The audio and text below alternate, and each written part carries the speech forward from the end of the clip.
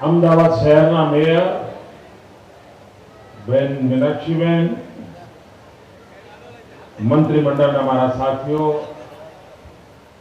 શ્રીમાન ભૂપેન્દ્રસિંહજી, આનંદીબેન, વસુબેન, રજનીભાઈ, સંસદ સદસ્ય શ્રીમાન હરીનભાઈ પાઠક, ડોક્ટર કિરીટભાઈ સોલંકી, ધારાસભ્ય રાજેશભાઈ શાહ,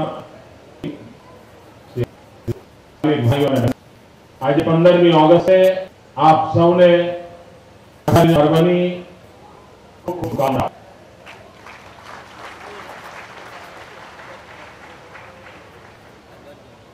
પૂજ્ય બાપુના પ્રયત્નોથી, ક્રાંતિકારીઓની શહાદતથી, અનેક દુર્બળ યુવાનોના બલિદાનથી આપણને પ્રાણપ્રિય આઝાદી મળી, સ્વરાજ્ય મળ્યું, પણ સુરાજ્ય ન મળ્યું અને આપણી સૌની મુસીબતોના મૂળમાં સુરાજ્યનો અભાવ છે। કેટલાક વર્ષોથી ગુજરાતમાં આપણે માટેની મથામણ એ સ્વરાજ્યની કસોટીએ પાર ઉતરવા માટે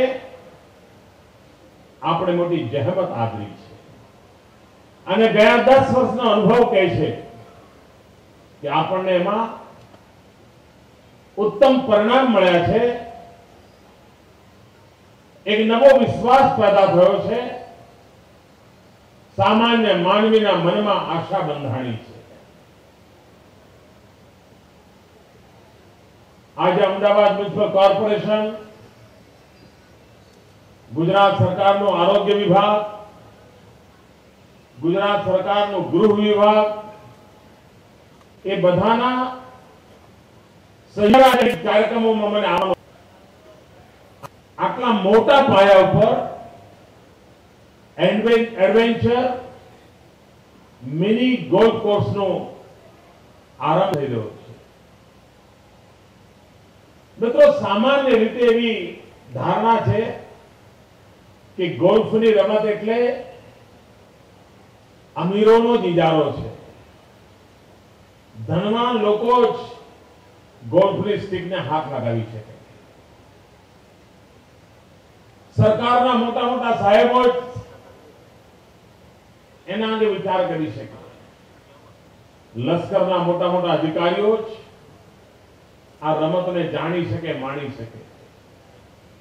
ભાઈઓ બહેનો, આ માન્યતા તોડવા માટેનો આપણે એક નાનકડો પ્રયાસ કર્યો છે। શા માટે સામાન્ય પરિવારનો વ્યક્તિ પણ એની આ જિજ્ઞાસાને સંતોષી ન શકે? સામાન્ય કુટુંબનો માનવી પણ માલેપીજારો જે રમત રમે છે એ રમત એ કેમ ન રમી શકે? અને વિચારમાંથી આ મિની ગોલ્ફ કોર્સનો આજે આરંભ થયો છે। તેનું આર્કિટેક્ચર, તેનું લેન્ડસ્કેપિંગ, તેની એડવેન્ચર એક્ટિવિટીઝ ગુજરાતની તરુણાઈને, અમદાવાદની તરુણાઈને આવાહન કરે છે। જ્યારે ટીવી પર આપણા નોજવાનો જુએ બધી એડવેન્ચર ગેમ તો એમને થાય, અમે ન કરી શકીએ, પણ બિચારા કરે ક્યાં? એમની જે ઈચ્છાઓ છે, આકાંક્ષાઓ છે, અમીરો તો દુનિયાના કોઈ પણ દેશમાં જઈને આ બધી ચીજોનો અનુભવ કરી શકે, સામાન્ય માનવી ક્યાં જાય? અને તેથી આપણે કાંકરિયામાં આ એક નવું નજરાણું આજે ભેટ ધર્યું છે ગુજરાતના યુવાનોને, અમદાવાદના યુવાનોને। મિત્રો, કોઈ કલ્પના કરી શકે કે આ કાંકરિયાના આવા રૂપ રંગ બદલાઈ શકે? એ પૈસાના જોરે નથી બદલાના, રૂપિયા ખર્ચ્યા છે માટે બદલાના નથી।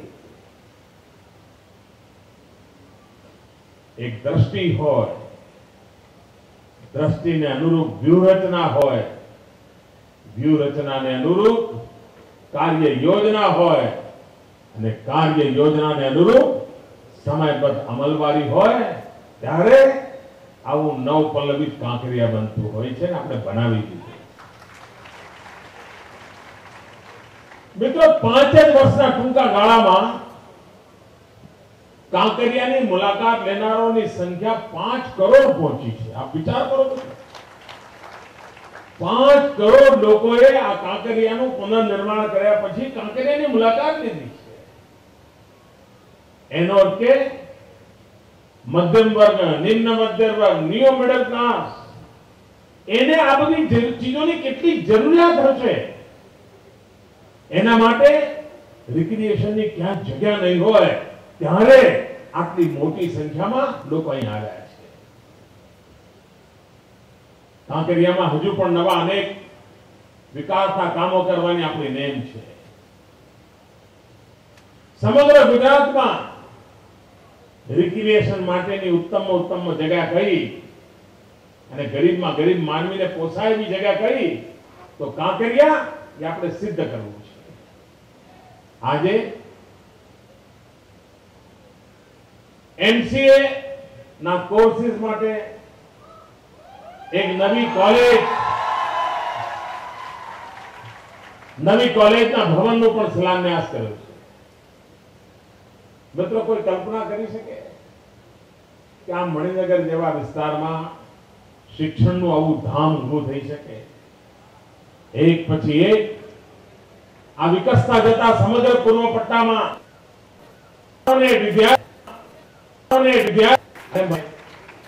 કે આનું પરમિશનને કોકે કહ્યું કે આ મણિનગર કરવી પડી, પરમિશન લેવા એટલી બધી આજીજી કરવી પડી, એટલા બધા કાગળિયા પેશ કરવા પડે, ત્યારે માંડ કરીને પરમિશન મળી છે. પણ હું એટલો વિશ્વાસ આપું છું કે જેમણે આ પરમિશન આપવામાં વિલંબ કર્યો છે એમને એમસીએ ની ઉત્તમ કોલેજ બનાવીને ઉત્તમ કાર્ય કરીને જવાબ આપ્યો છે. સકારાત્મક આખા પોલીસ બદલી રહ્યા છે. આપણા ઘણા બધા પોલીસ અધિકારીઓને પ્રતિના ચંદ્રકોનો નવાજ આવ્યા છે. એ બધા જ પોલીસ અધિકારીઓને મારા તરફથી અનેક અભિનંદન પાઠવું છું.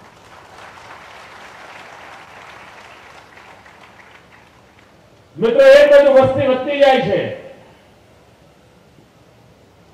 સંપત્તિ વધતી જાય છે, સમૃદ્ધિ વધતી જાય છે, બીજી બાજુ ક્રાઇમ રેટ ઘટાડવામાં આપણા પોલીસના મિત્રો સફળ થયા છે. મિત્રો, સમગ્ર હિન્દુસ્તાનમાં આજે ગુજરાતનો પોલીસ બેડો સૌથી યુવાન પોલીસ બેડો છે. ગયા થોડાક જ વર્ષોમાં 28,000 કરતા વધારે લવર મુછિયા પોલીસ અધિકારીઓને આપણે ભરતી કર્યા. 25 થી 90 ઓછી ઉંમરના આખી તરવડાટ વાળી યુવા પેઢી આજે પોલીસ આવી છે. અને એટલું જ નહીં, આખા દેશમાં સૌથી વધારે ટેકનોસેવી પોલીસ ડિપાર્ટમેન્ટ કોઈ હોય તે ગુજરાતનો પોલીસ બેડો છે. કારણ કે રિક્રુટમેન્ટમાં કોમ્પ્યુટરના જાણકારીના નિયમો બનાવ્યા છે અને એના કારણે આધુનિક સાથે જોડાયેલી યુવા પેઢી આજે ગુજરાતના પહેલું રાજ્ય છે જેણે રક્ષા શક્તિ યુનિવર્સિટી બનાવી છે. પોલીસ બેડામાં આવતા પહેલા, સુરક્ષા બળોમાં જતા પહેલા, આર્મી હોય, સીઆરપીએફ હોય, બીએસએફ હોય, નેવી હોય, એરફોર્સ હોય, પોલીસ હોય, એક ટ્રેનિંગ લઈને માણસ નીકળે. સુરક્ષાના ક્ષેત્રે જેનું ગ્રેજ્યુએશન થાય, સુરક્ષાના ક્ષેત્રે જેનું પોસ્ટ ગ્રેજ્યુએશન થાય. જે યુનિવર્સિટી આજે સમગ્ર દેશમાં લોકોને માટે અભ્યાસનું કેન્દ્ર બન્યું છે. આવનારા દિવસોમાં ગુજરાતના પોલીસ બેડામાં એવા ઉત્તમ પ્રકારના રત્નોનો ઉમેરો થશે જે ગુજરાતના અને સમગ્ર દેશને પોલીસ તરફ જોવાનો દ્રષ્ટિકોણ બદલવા માટે મજબૂર કરશે. યાત્રા કઠિન છે, લાંબી છે, પણ આપણે એનો આરંભ કર્યો છે, એને ઉપાડી છે. અહીંયા હોલ ઉપેક્ષિત, જર્જરિત, ખાસ કરી ઉપયોગમાં આવે નહીં એવી અવસ્થામાં કોર્પોરેશને નક્કી કર્યું કે આ વિસ્તારના લોકોને ઉપયોગી થાય એટલા માટે આધુનિક એર કન્ડિશન નવો વસાવડા બનાવીએ. મિત્રો, એનું જયારે નિર્માણ થશે ત્યારે આ આખાય પટ્ટા માટે એ સૌથી મોટું નજરાણું હશે એવો મારો વિશ્વાસ છે. મિત્રો, અનેકવિધ વિકાસના કામો લઈને આજે આપણે આવ્યા છીએ. આજે 15મી ઓગસ્ટે જ્યારે આપની સાથે વાત કરી રહ્યો છું ત્યારે ગુજરાત સરકારે હમણાં જ એક મહત્વપૂર્ણ નિર્ણય કર્યો છે.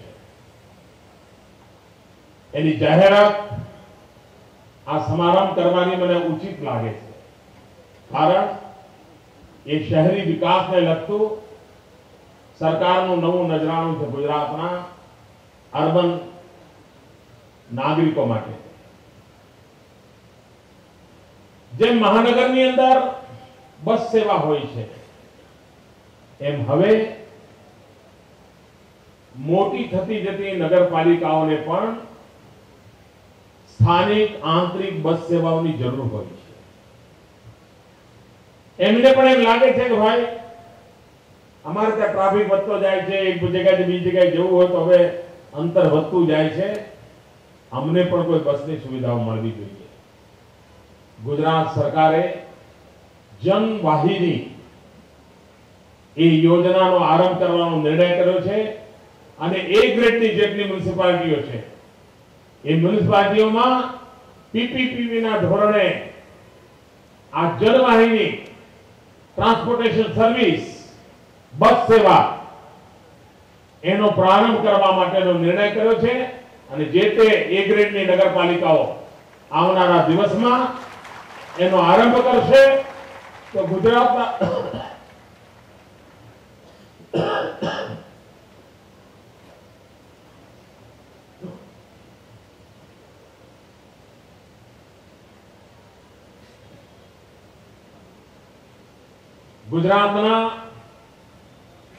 મધ્યમ વર્ગ અને નિમ્ન મધ્યમ વર્ગ અને નિયો મિડલ ક્લાસ એમને આ ભેટ સોગાદ ખૂબ ઉપકારક પુરવાર થશે.